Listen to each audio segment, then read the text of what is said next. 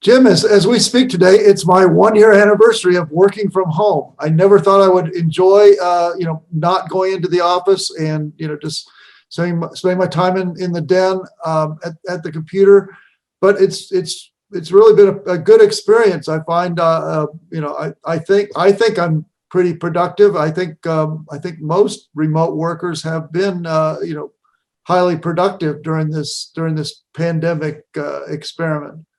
And I think we're about to see whether you'll be able to continue to work at home, because the pandemic is, as people get vaccinated, the pandemic will slowly will slowly fade away, and we'll see if your boss calls you back.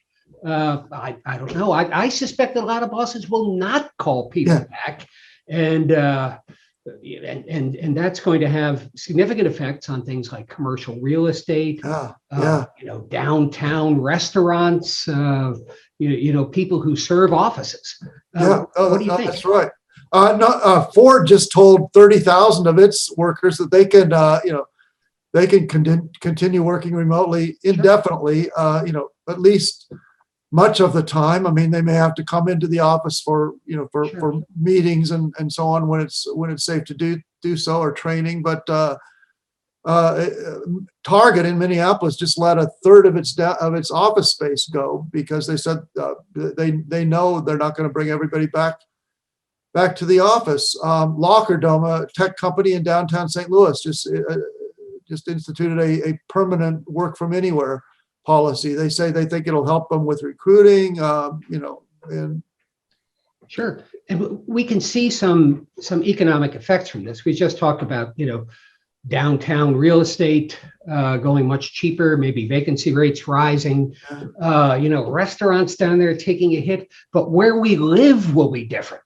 If I only have to go downtown, 2 or 3 days a week, I may live further out in the suburbs. Will the attraction of living in a city in this concentrated zone go away? I don't know.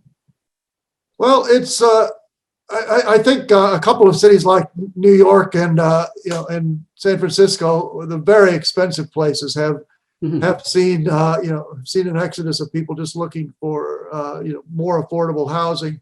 I don't think that's the case. The data I've seen, it's not the case in most other cities, including St. Louis. I think there are still people who like the urban lifestyle, Sure. and there are people who like the suburban or rural lifestyle. I talking to somebody yesterday who said home sales at Innsbruck, the sort of resort community out west of here, are very hot right now.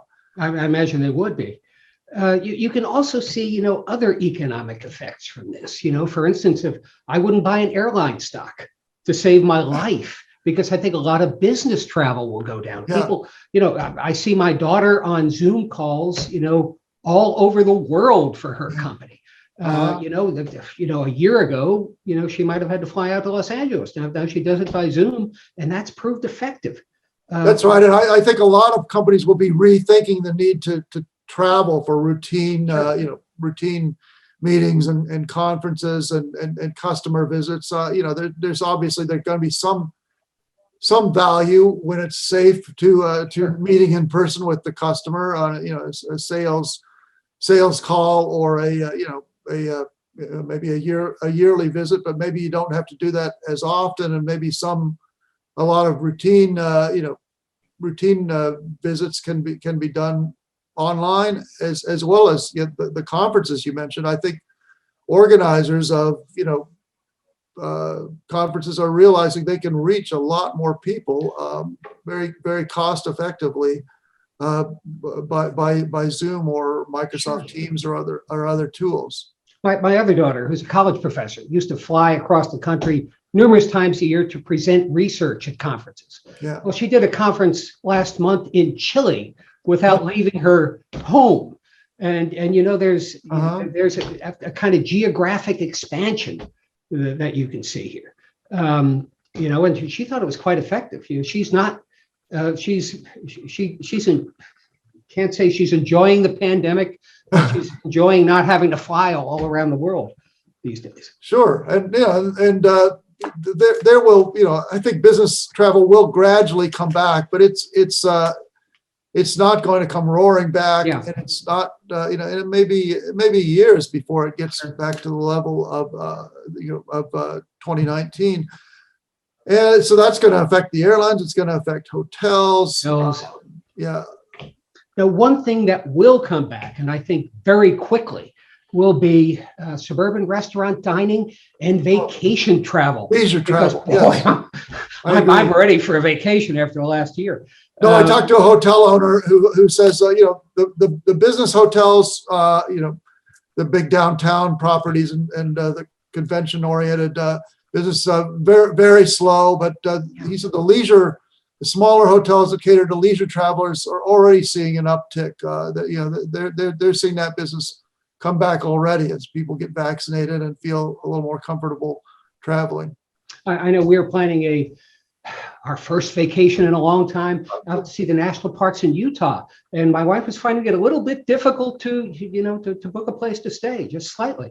Really? So I think that's certainly going to pick up, and I think I'm expecting a burst of inflation maybe later this year, temporary, because I think demand for things like that is going to, demand for restaurant dining, demand for leisure travel, going to pick up a little faster than supply can catch up with it.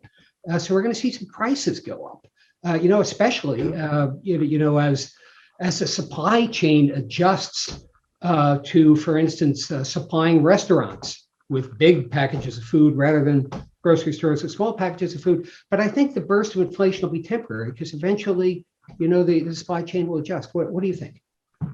Well, yeah, I'm inclined to think there'll be a temporary burst. There also and the Fed wants to get inflation up, somewhat higher. And we've also got 1.9 trillion of new stimulus or relief spending coming into the economy very, very quickly. So that would tend to push inflation up. Sure. You may see it go, and the Fed's perfectly happy if it goes up to 2.5% for a while, or maybe even a little bit more than that. But it may get there sooner than they think. And not only that, but people like you and I who have kept our income didn't have our normal places to spend it in the last year. So we've saved a lot of money. That's right. And now we're going to be ready to spend. That's right. There's this pent up demand. And the question is, I think this burst of inflation that I'm expecting to be temporary, but it is possible that if we train people to expect a little bit more inflation, we'll get more inflation even further out. I don't think that'll happen, but it is a possibility. Well, that is kind of how inflation works. It's you get used to a little bit, and then and then you get a little more. People get used to it. And the Fed has said it's going to be very accommodative, very slow to raise interest rates off of zero. So it's going to tick up, I think. Another thing that I think might be a long-lasting impact of this is an expansion of the welfare state. Mm. If you are raising children and you're not very, very well off, starting this summer, the government is going to send you periodic payments to help you raise those children. Now, it's only supposed to last for a year, but I think parents, millions, tens of millions of them, will get used to those payments, and it's going to be a little harder to shut them off. I suspect that will be very popular, and I suspect there will be.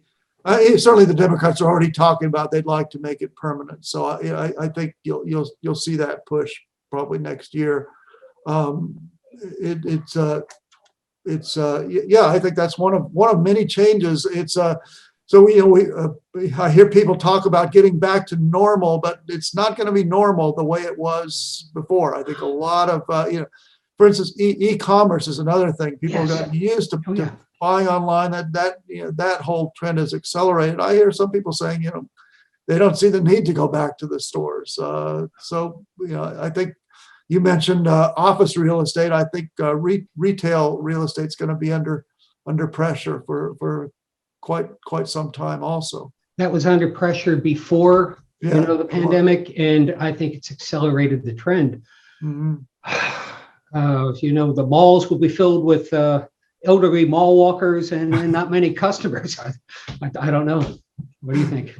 Maybe, but yeah, so a lot of changes. I think this has been a year-long grand experiment for for businesses and individual workers and consumers. I think we've learned a lot about kind of how to use technology that was already there. I mean, one person told me, he said, necessity isn't really the mother of invention, but it is the mother of adoption. Yeah, that's a good point. And, we've talked about several possible impacts. There'll be impacts that we haven't imagined yet. It'll be interesting to see it play out.